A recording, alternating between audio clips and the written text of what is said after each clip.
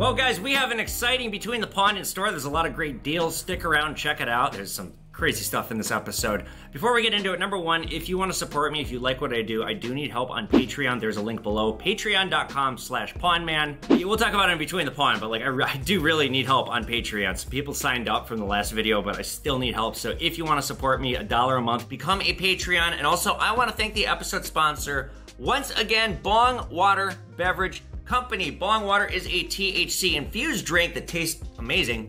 Hits you in about 10 minutes. Other edibles take hours. Check out Bong Water Beverage Company if you're a fan of THC products. If you live in Minnesota, Oklahoma, Missouri, Kansas, parts of Texas, parts of Wisconsin. I hear it is kind of hard to find in Texas and Wisconsin. Must be 21 years of age or older to consume. The link to Bong Water Beverage Company's website is in the video description. So is a link to my Patreon. And with that, you guys, let's get into a great video. Well, you guys, it's time for that segment. Once again, we're gonna play Guess the Grade! So just to remind everybody, I have a deal with NGC, Numismatic Guarantee Corporation. They're the authority in grading coins, or at least I recognize them as being the #1 authority. This is my opinion. So anyway, NGC is giving me grading credits, so we're playing a segment here where we guess the grade, and I have 2 coins in front of me we're gonna check out. We're sending in both of them. One of them we're sending in because it's an error, and I don't see this error very often, and the other one is just a rare coin that I haven't talked about, and it's also a coin that you can buy for relatively cheap. We're gonna start with the piece dollar that I have right here. And tell me right now if you can spot what's going on here. What's wrong with this? What do you see? Anything stand out? I'll give you a hint, it's not in the obverse. Right there. See that mark right there by your cheek? Not the one necessarily going up, but certainly the one coming down here. It looks like a bike spoke between the 1 and the 9 right there. That is a die crack. Shout out to my young antique expert who caught that. We bought a ton of coins and just was like, here, can you quick go through these? I got other stuff to do. And he's like, we got a die crack here. Oh, so what is a die crack? Well, conveniently, I have this from another customer who, boy, I'd love to start throwing shade. Let's just say this person turned out to be a really, really bad person and they pretended they were gonna help me, and then they just completely stabbed me in the back. But that's another story I'll maybe write about if I ever write a book about this evil woman. It wasn't a romantic interest. I won't get into it any further than that. So they gave me this back when they used to buy things from me and be a good customer before they went insane. And this is a die. So a die, there's 2 of them. Coin or a blank coin called a planche gets slid, and the die punches the coin.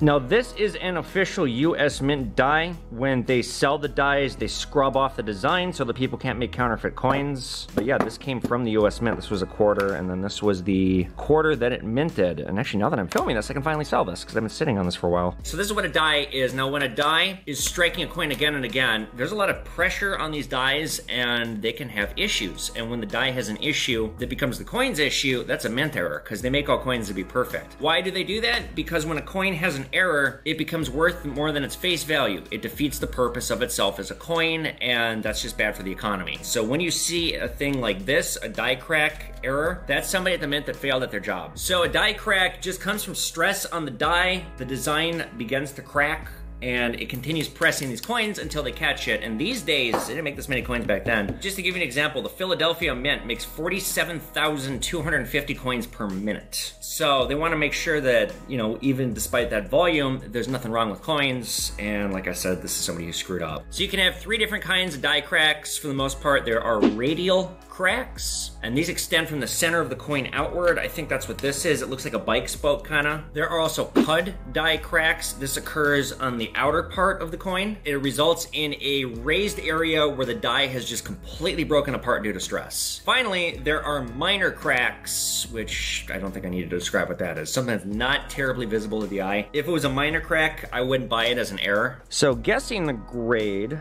Now, piece dollars have a notoriously soft strike, and that is because this is a very complicated design. There are no really good examples of piece dollars. Even in like MS-67, because the design is so complicated, the strike is very flat. It doesn't prominently stand out the same way the Morgan silver dollar does. So it is hard to grade these. If I had to guess, let's check the reverse. The hair is definitely uncirculated.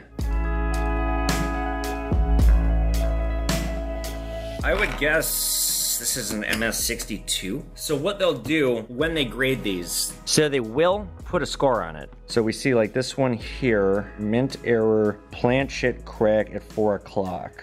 If this is an authentic die crack, they'll designate it. They'll probably give it a score. Yeah, I mean, I think mine's in similar condition. I'm guessing mine's a 62. I will not get nearly as much money on this coin unless I send it in and have that certification that it is a die crack, and NGC's got to be the authority on that because that's what they do. But this goes from being a coin that I could get $40 or $50 for, turns it into a coin I might be able to get $200 to $500 for. I got to send it in. So that's what we're going to guess the grade is on this one. Now, next up, I have this, which usually I don't buy these. This is an uncirculated coin set from the US Mint with the original box, but this set, which I would normally pay like $2 for, and I actually don't want to buy these, you guys. I sell these to the picker. It's not even worth my time trying to resell. This came with this. And this is why you buy these. This is a 1996 W 50th anniversary of the Roosevelt dime. They minted this one at the West Point Mint. You can see the W designation right there for West Point. And if this scores a 70, this is worth hundreds of dollars. You can buy these sets for about 15 or 20 bucks. And really the value is just in the dime here. So we are looking for a dime that's top of the line, cute face, little waist with a big behind. Very strong reverse. Now my problem with this, I've sent these in the past, and I really am just doing this for content. I don't think this is gonna score a 70. Because there are very few 70s of this coin. They only minted 1,457,000 of these, which is peanuts for what the mint does. Many people didn't know what they were. They spent them. They've been released into circulation on accident. These were not meant to be circulated. And the only way you could get these in 96 was if you bought the special set. Couldn't get it otherwise. So it's an exclusive. But like I said, some people just don't know what they are. So there's certainly not 1.4 million of them out there anymore. Now, what do I think this one is gonna score? I don't know. I think this will score a 66 if I had to guess, but let's send it in and find out. And now you just learned something about coins. All right, we got a bunch of stuff here. Oh, it is a bunch of stuff. All right, some numismatic stuff. These aren't actually gold, these are brass. Okay. Oh my, this is gonna be quite a deal. Quite a deal! Oh, whopper! Oh! Here we go. The baseball commemorative Hall of Fame! It's clad. Okay, so this is gonna take a while to go through. Put it lightly. Oof. Ooh. Huh. Smells like the 50s. You didn't have the key, do you? Can I smash it open? I need no key. Oh, it's a bunch of like old letters. Cracker Barrel and cheese. Like 750 bucks. For everything? Yeah. Like I said, it's just mostly costume. This is all we pulled out from precious metal. Okay. I'm kind of low on cash. Okay. Check okay? All right, that was a lot of work. That took over an hour. We're not gonna do nearly as well on that stuff as I was hoping. It was about a year ago around this time. This guy came in and his late wife had a jewelry store, and same story. And my God, we bought 20 grand worth of scrap from that guy, and we did really well. This stuff is mostly costume, unfortunately. But there are some pieces, and like you guys, I'm not buying this stuff. It just happened to be in front of me. There are some really cool vintage lighters that I was able to get. There's some cool political buttons.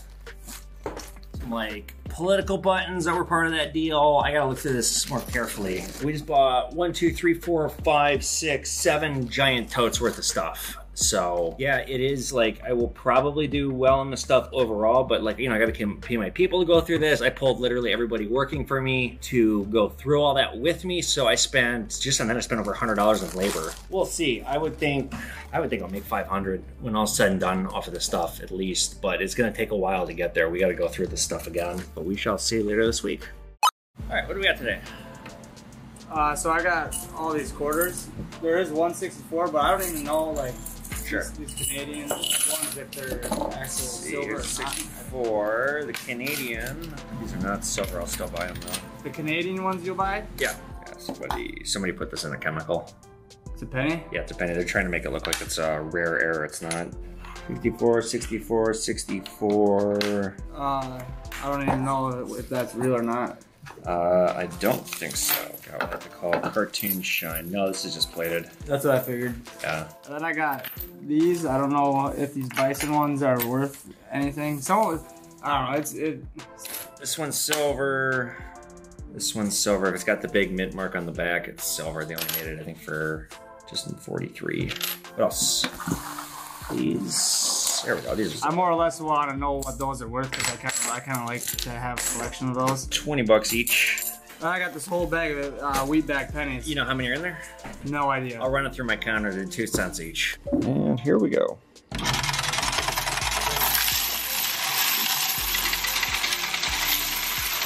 All right, 45 bucks for everything. All right. Works well. Give me cash. I will make about 10 bucks on this deal. That's it. I don't know, the bag, I might get like 35 or 40 for the bag. He left this here, I might get 5, 10 bucks on this thing. The silver coins, the value here is about 20. Yeah, I'll make about 10, 15, 20 bucks, so cool.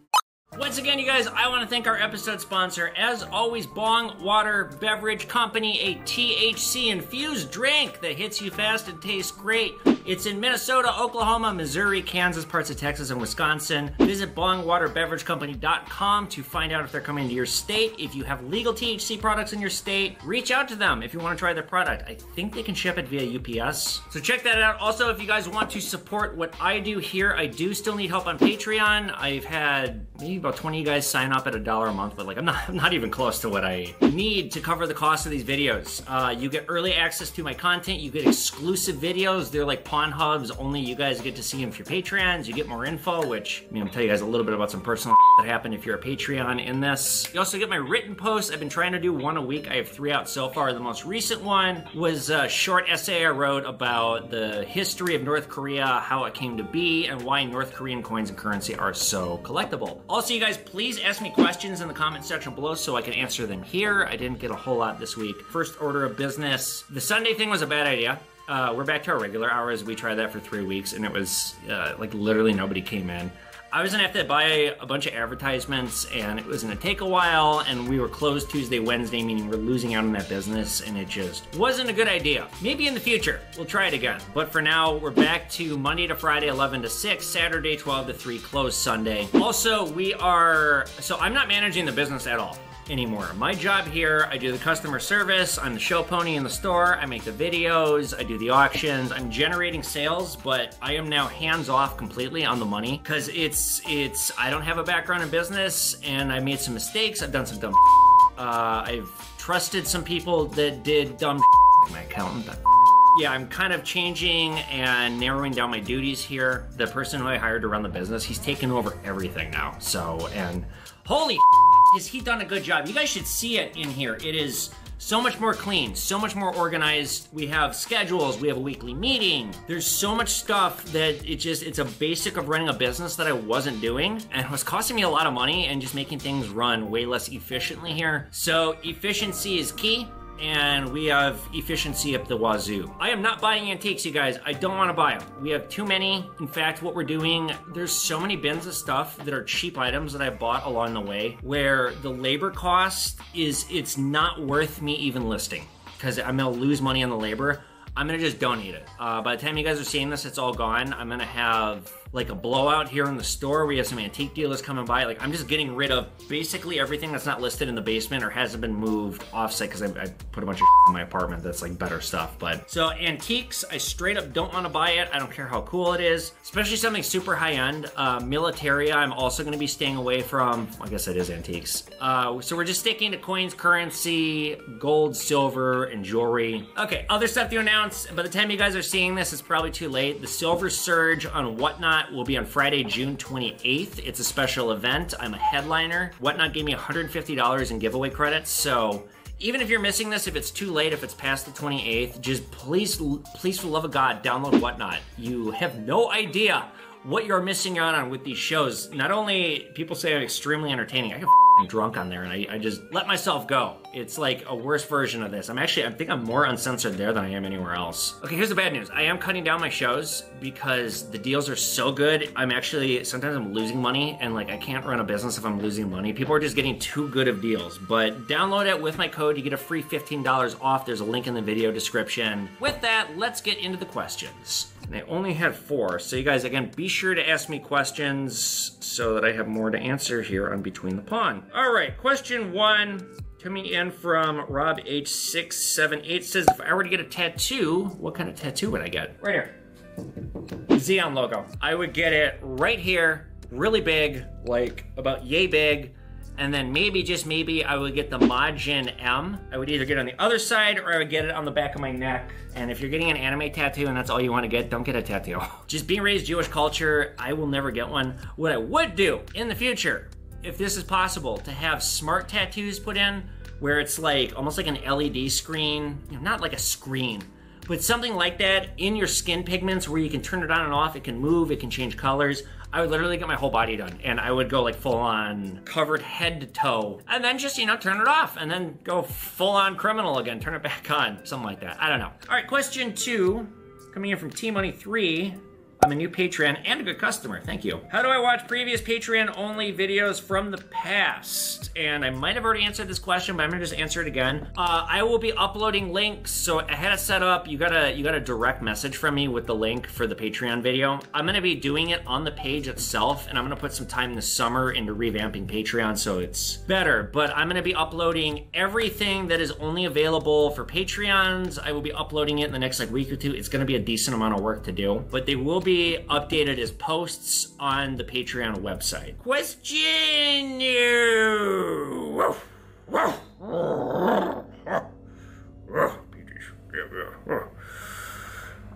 strangle a 6-year-old with a telephone cable.